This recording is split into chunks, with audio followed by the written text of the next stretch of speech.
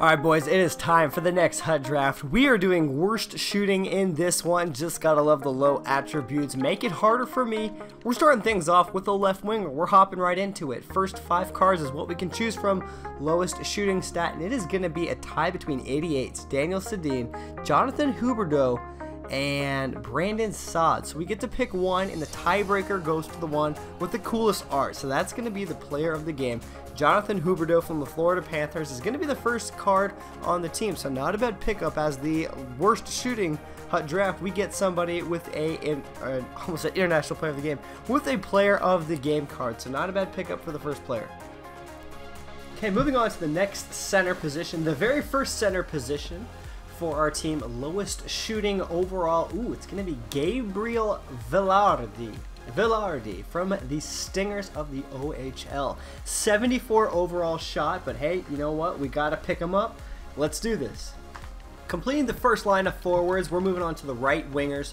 Lowest overall shot, it's going to be, oh man, if Joel Ward and Stanislav Galiev was not here, we could have had to pick between Jason Palmerville, Eberle, Nyquist, Tarasenko. Imagine if this guy was in here. That would have been absolutely sick. But it is going to be Joel Ward. He shows up in every single one of my HUT drafts, I swear. We're going to be picking up Joel Ward for our first right wing. Moving on down to defensive land, we're going for the first left defenseman of the team. Worst shooting overall. Let's see, we got our pick between, let's see, we got an 84 shot. Okay, we got 2 Morgan Rileys, or two Gostisbeheres, excuse me. So we got Vlasic 84, and then we got Morgan Riley 84. So let's go into the fine details and see what's going on in here. 82, 87, 83, 86. 81, 86, 83, 85. I kind of feel like Morgan Riley's worse. So we're going to pick up Morgan Riley for our first left defenseman. Right defenseman time. Here we go. Who we picking up in this one? The lowest overall shot is going to be Christopher Tanev. 87 overall card. Not the worst, but his 83 shot is something to be less desired. But his checking and defense and his skating are really good. So I'm actually kind of happy about this pickup. So not bad. Christopher Tanev, welcome to the team. Okay, goalies, I haven't looked at their stats for how we're going to pick this, so we're just going to wing it right when we get into the goalie stats. So I think nothing out of the... it's probably going to be this guy. Let's be honest here. So we're going to go real quickly into this, and we have shooting. So we're going to go here, I guess, with passing. Stick high, stick low, shot recovery. Shot is the only one with a number in it. Well, I think we're going to have to go with passing here for worst shooting. So passing 84, 88, 93, 83, 88. So it was almost Braden Holtby because apparently he's terrible at passing.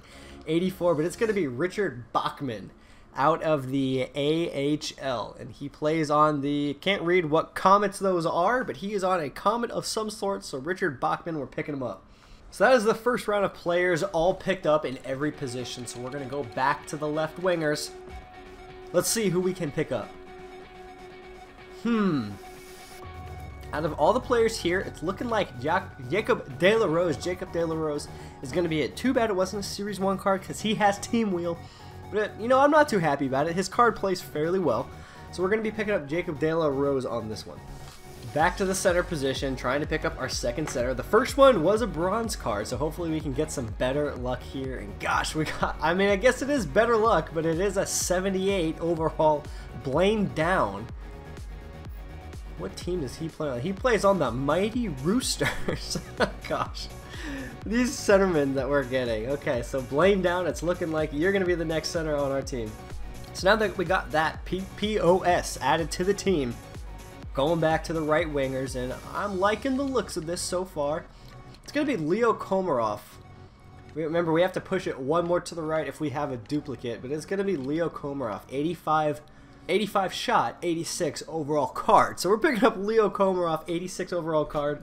Not too happy about that one, but I'm also not sad because it could have been Julian Sprunger over there. He could have sprung another silver on the team. I would not have liked that. So Leo Komarov, you are the final winger of the line, of the second line. Okay, we're picking up left defenseman now. The second left defenseman of our team. Who we gonna pick up here? Probably Nick Holden, but man, we had some nice players. Almost. Mark Giordano showed up. We had a team of the year show up. That would have been awesome. It's gonna be 81 overall for shooting. Nick Holden, left defenseman. Okay, trying to complete the defensive pairings, and hopefully we get somebody good, because so far we haven't really gotten the best defenseman, and this is alright. Let's see who the lowest overall shot is. It is going to be Matt Dumba. We could have picked Anton Stroman, but the tie goes to the cooler art. Series 2, cooler than Series 1. That's a no-brainer. We're picking up Matt Dumba. Okay, this is really where I need some luck right here, because we got a silver goalie last time, and we really just need an NHL goalie. We're going with the passing stat for lowest shooting. Fingers crossed, let's hope for somebody good real quick, and we're going to get right into it. Okay, so I'm already seeing NHL goalies, so that's a good sign. 84, 82, 86, 84, 87. So it's looking like we're going to be picking up a Series 2 Antti Niemi. Not the worst card, higher card than we had in our funniest names, and Dustin Tokarski played really, really well. So an 86 overall NHL goalie, I think I can manage. Alright, so we've gotten 2 complete sets of players in every position. We're going straight back to the left wing. We're picking up the second half of the offense. And oh man, I thought we might have gotten a flashback card. It might have been pretty cool, but we're picking up Rene Bourque, 85 overall shot and 85 overall player. So he is going to be the third left winger for the team. Okay, going on to the center position. We need a centerman. No more freaking bronzes. Come on. Look at this. If we wouldn't have had these bronzes here, we could have had David Krejci, Paul Stastny, all these wonderful face-off guys. We're picking up Matteo Gennaro, and these guys aren't even going to stay center position. Their centers, their face-off stats are probably terrible. Look, 72 is his face-off stat. So, I mean, we're going to pick him up for the team because that's what we have to do. But he's not going to be staying in the center position. Going on to the right winger, finishing off this third offensive line. Eesh, this is looking rough right here. Okay, it's going to be Devin Skoleski with a 70 overall shot. It's kind of rough, but he beat out Jake Smith, so congratulations. You're the worst card up here. So it's going to be Devin Skoleski for our third right winger. Okay, left defenseman. The final set of defensemen. I think the best we have is like a Morgan Riley. I mean, we don't have the best, but ouch, that is a blow to the team. A 70 overall Medric Mercier. Correct me if I'm wrong, but I clearly have no clue how to say his name. So it's a 70 overall for shooting and a 70 overall card. Medric, we're just going to call him Medric. He's going to be our last left defenseman. Final left defenseman, here we go. Okay. Not bad. We got it looks like we're picking from an 83. And it's going to be Travis Hamonic, which is a nice card because he has really solid defense, 89 checking and defense. So a decent pickup, so we're going to choose him over Eric Johnson. Well, obviously because the card art is much cooler on Series 2. That's what the tiebreaker is. Remember guys, it's the first 5 cards is what we can pick from. So it's going to be Travis Hamonic, Series 2 for our final defenseman. Okay, moving on to the final set of forwards. We're really looking for a superstar. I do not think we have one up to this point. So we're going to first start out with the left wingers, as we always do. Doesn't look like we're going to get what we're asking for because Stefan Matteau is going to be stealing the show for us right here. At least it's not Yuri Smekjagol. But it's going to be Stefan Matteau here, 81 overall card with the 81 overall shot from the Canadiens. So welcome to the team. We're going to save the best for last and go over to the right wingers here. Save the last center for last. But here we go with the last right winger on our worst shot hut team, Matthew Ford. Maybe we should have gone to the center because look what would have been there for us. I mean, Blake Como probably would have screwed us over. Same with Shane Harper. But we're going to be picking up Silver Edition Matthew Ford. It runs Ford tough. Let's see if Matthew does so indeed. Okay, final center position. We really need somebody good here. We've gotten shafted in every single round. Do not have an NHL center. So let's push our luck. Here we go. Let's see who we can get. Will our luck continue? Oh, wow. Okay, at least we're getting something good. So we're going to be picking up, it looks like 86 is our lowest stat. That was almost insane. If Brandon Dubinsky wasn't there, we would have had Eichel, McDavid, Tavares, McKinnon, and Couture. But it's going to be Brandon Dubinsky from Columbus. We finally got an NHL center on the team. Solid all-around card. Happy to pick him up. So that is going to do it for the draft of the worst shooting Hut draft. Let's get to the team build. Alright boys, so here's the team. This is the worst overall Hut draft. We got Brandon Dubinsky starting center for us.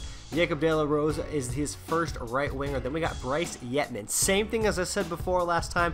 I do the draft champions method where I get all my star players and try and evenly distribute them between the lines. So as you can see, there's a little bit of a difference in skill between the players on the same lines. Leo Komarov is the second best center on my team, and guys, we are scarce when it comes to face-off, guys. We have Matteo Gennaro and then Hayden McCool. I couldn't get some of the players, as you saw before when I was picking up some of the ones, so I tried to get people of similar stats on the exact same team. I feel like that was fitting for what was going to happen. Then we got Brad Ross over here on the right wing. Can't do Built Ford Tough anymore. We got Brad Ross. That's a nice American name, just like the Ford trucks you see all around in America. And then you got Jordan Ty Fournier.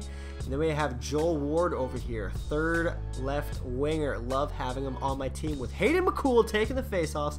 Jonathan Huberdeau, player of the game. So that's awesome having him on there.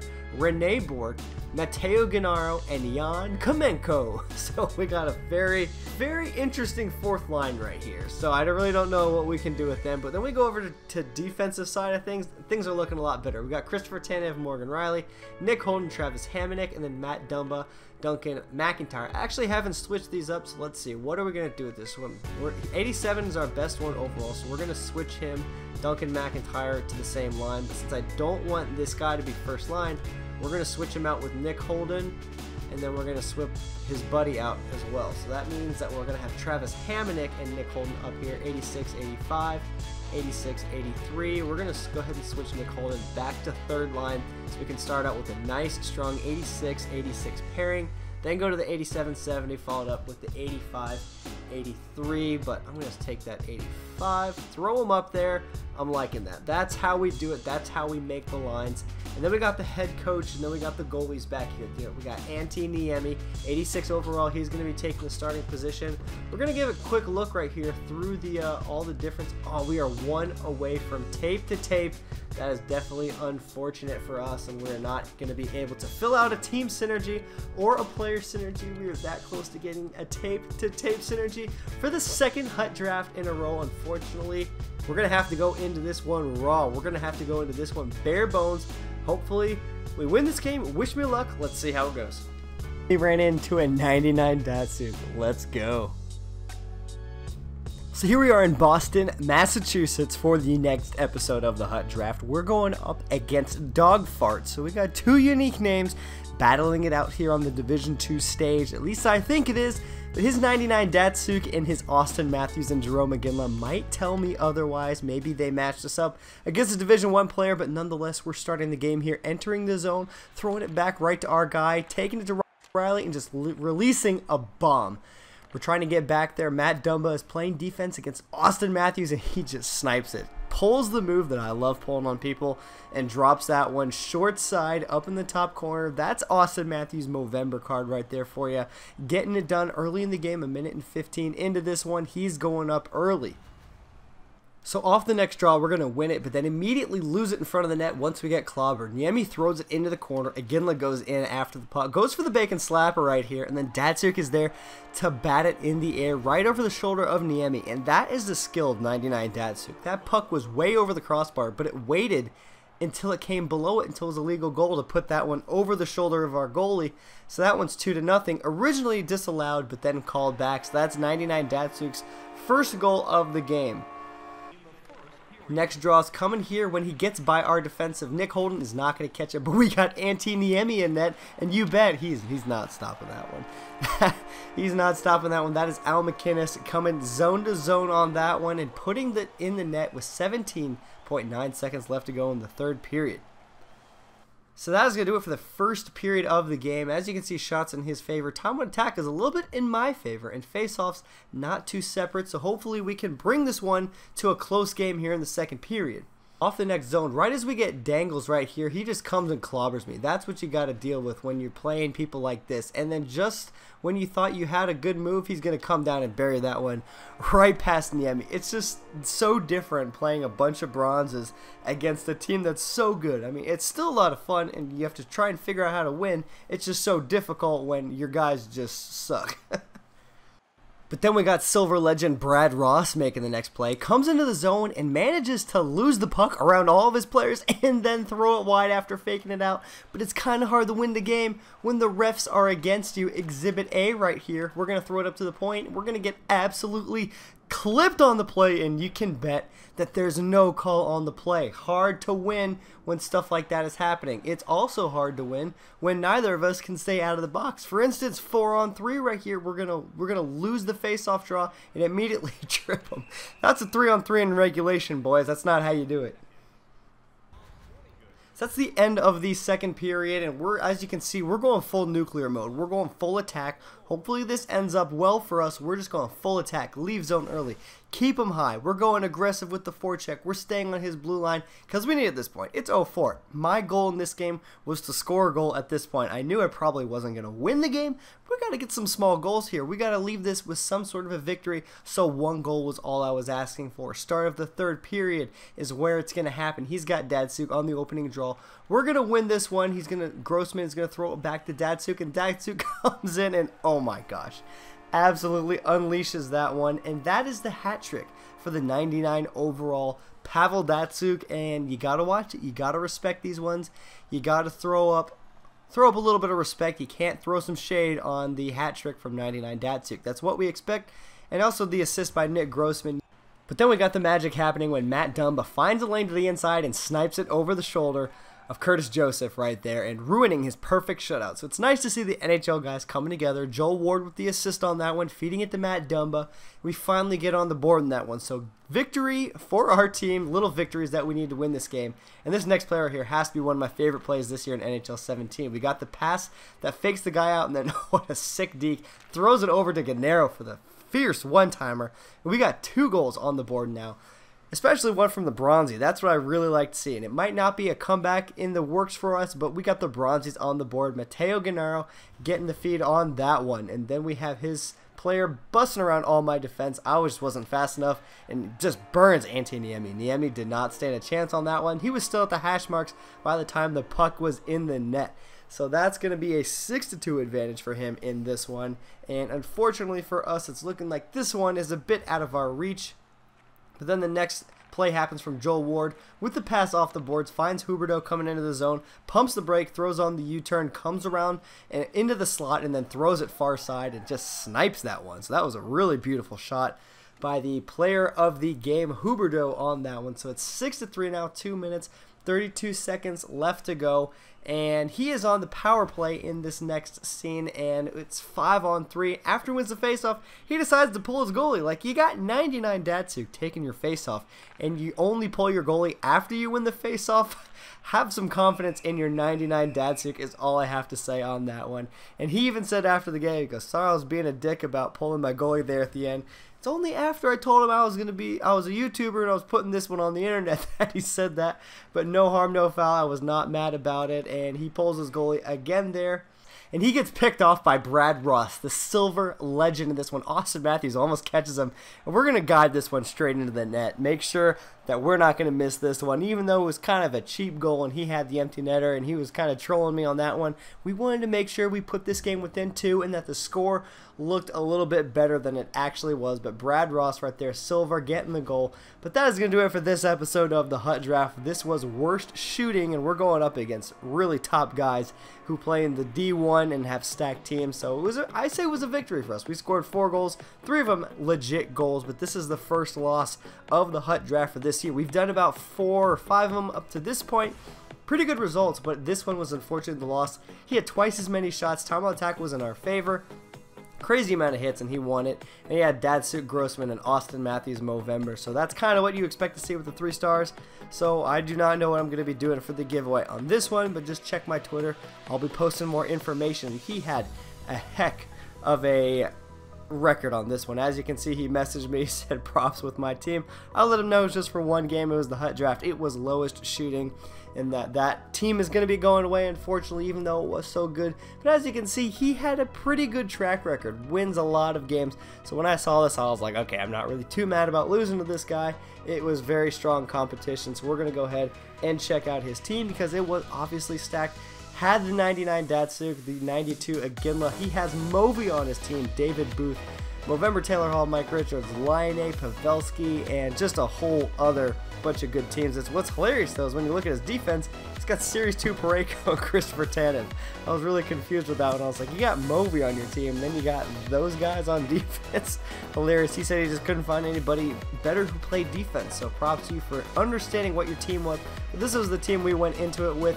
Just looking at it right here, we had 5 bronze cards out there, a couple silvers, and that's just on the offense. So if you guys did enjoy this video of the Hut Draft, be sure to drop a like on it, comment in the comment section, and subscribe to the channel for more of these guys.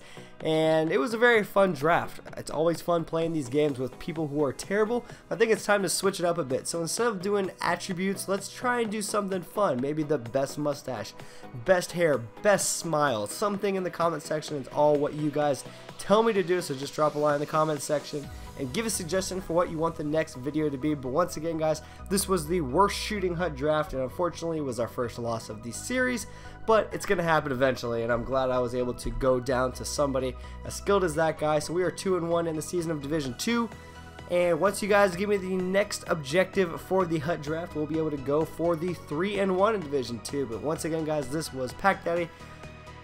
Drop a like, comment, subscribe on the video if you did enjoy it, and I'll see you guys later. This is PackDaddy. I'm out.